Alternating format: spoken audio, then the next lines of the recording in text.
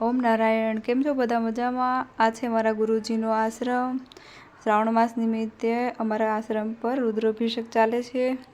આ છે અમારા મહારાજ. તમને ભગવાનના દર્શન કરવા માટે હું અંદર લઈ જાઉં.